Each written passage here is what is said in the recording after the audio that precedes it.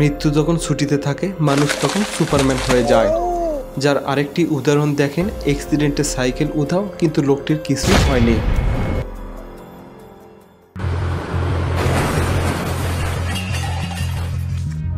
ভাগ্য যখন সহায় হয় তখন মনে হয় মৃত্যুদূত ছুটিতে গেছে। এমন বন্ধু থাকলে বিপদে ভয় নাই। অন্যকে বাঁচাতে গিয়ে নিজের ক্ষতি করা, এমন ঘটনা আমার সাথে বেশি ঘটে।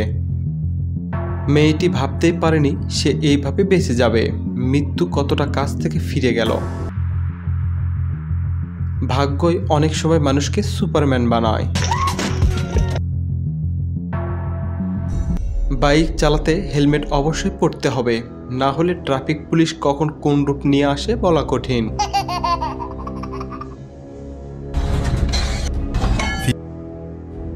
রাস্তায় পার্ককারীদের মাঝে মধ্যে এইভাবে শাস্তি দেওয়া উচিত।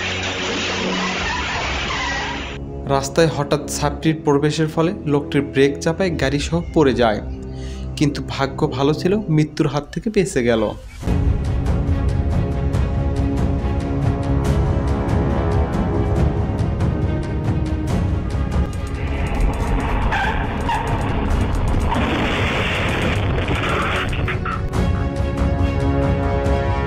বাইকটির গতি আর একটু বেশি হলে আলু ভর্তা হয়ে যেত। ফুটপাত দিয়ে হাঁটার সময় অবশ্যই দেখে শুনে চলা উচিত।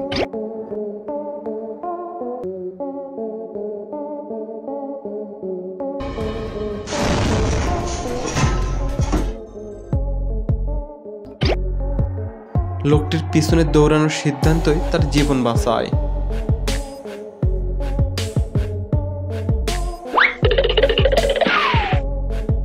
লোকটির সতর্কতা ও ড্রাইভারদের দক্ষতার কারণে কোনো ক্ষয়ক্ষতি হলো না।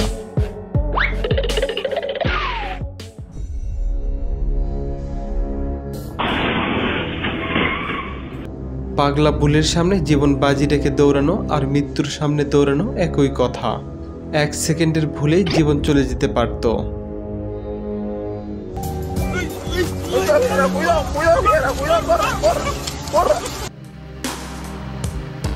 এই জন্যই মাদেরকে সুপারম্যান বলা হয়। পথচারী ভাবতেই পারেনি ফাঁকা রাস্তায় বিপদ হতে পারে।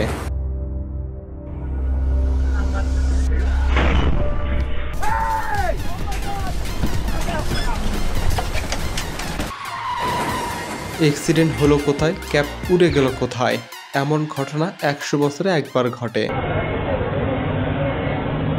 পাকিস্তানের এই লোকটি দোকানে বসা ছিল। হঠাৎ সে উঠে বের হচ্ছিল, তখনই ফ্যানটি খুলে পড়ে। তার ভাগ্য সহায় ছিল দেখেই প্রাণে বেঁচে গেল।